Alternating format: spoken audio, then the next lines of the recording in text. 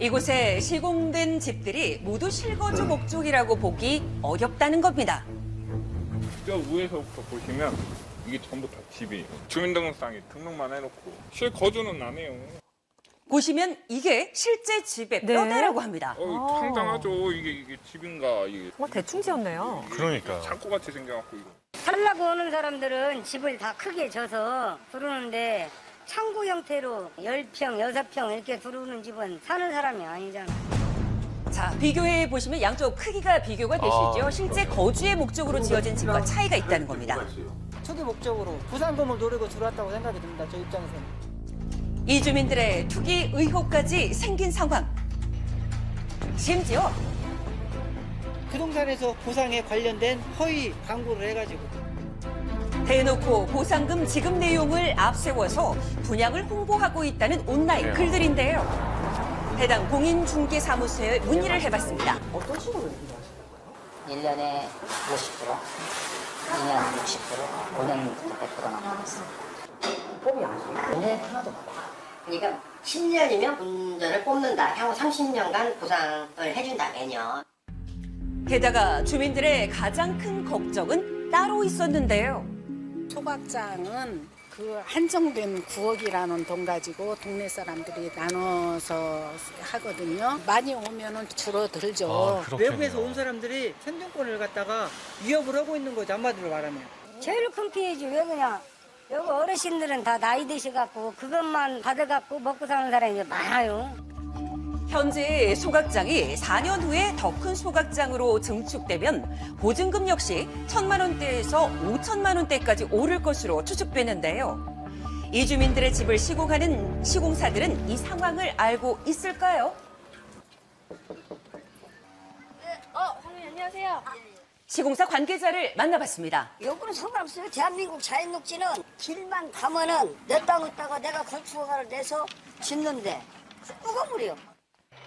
그렇다면 허가를 내준 지자체의 입장은 어떨까요?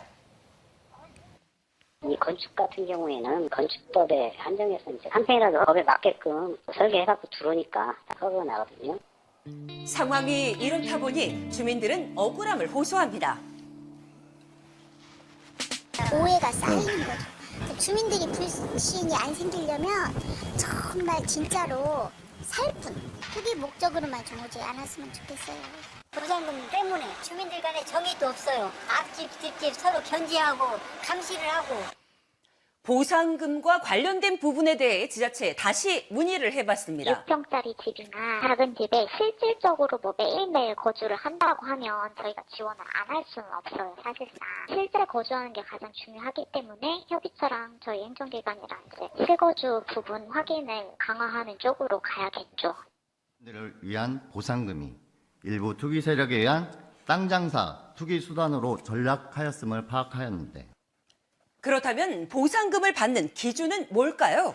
원래는 폐축법상에 300m 이내만 보상을 받게끔 되어 있어요. 근데 그거를 악이용해서 입주를 목적이 아닌 보상을 목적으로 들어온다고 비춰지는 거거든요. 그렇다고 보면 입지 선정을 주변에 그런 공간이 없는 데를 찾아서 전주시에 소각장을 하는 게 더 좋은 방법일 거라고 생각을 하고요. 이 공간에는 입주를 하는 게 안 된다라든지 그런 강제 규정을 도시계획상에 좀 만들어 놨으면 좋았을 거라는 생각을 하는 거죠. 제도적으로. 개발이 예정된 구역의 빈 토지를 구매한 뒤 묘목이나 지작물 보상금을 별도로 받기 위해서 보상만을 노린 경우인데요. 이른바 벌집 투기 같은 교묘한 꼼수도 끊이지 않습니다. 한 도살이 의심되는 농장에는 보시면 수십 마리의 개들이 갇혀있는 상황인데요. 2027년 2월부터 식용 목적으로 개를 사육하거나 보살, 유통 판매가 금지되는 일명 개식용 금지법이 개정될 예정입니다. 되면서 지금 또 정부에서 마리당 보상을 하겠다라고 발표를 하다 보니까 이게 더 심해졌어요. 지금 개들을 데리고 있는 농장주 입장에서는 한 마리라도 더 늘려야 이 보상 금액이 더 받을 수 있다고 생각들을 하고 있기 때문에 개들을 계속 치워놓고 있습니다. 계속된 갈등과 피해만 나는 보상금 악용 사태.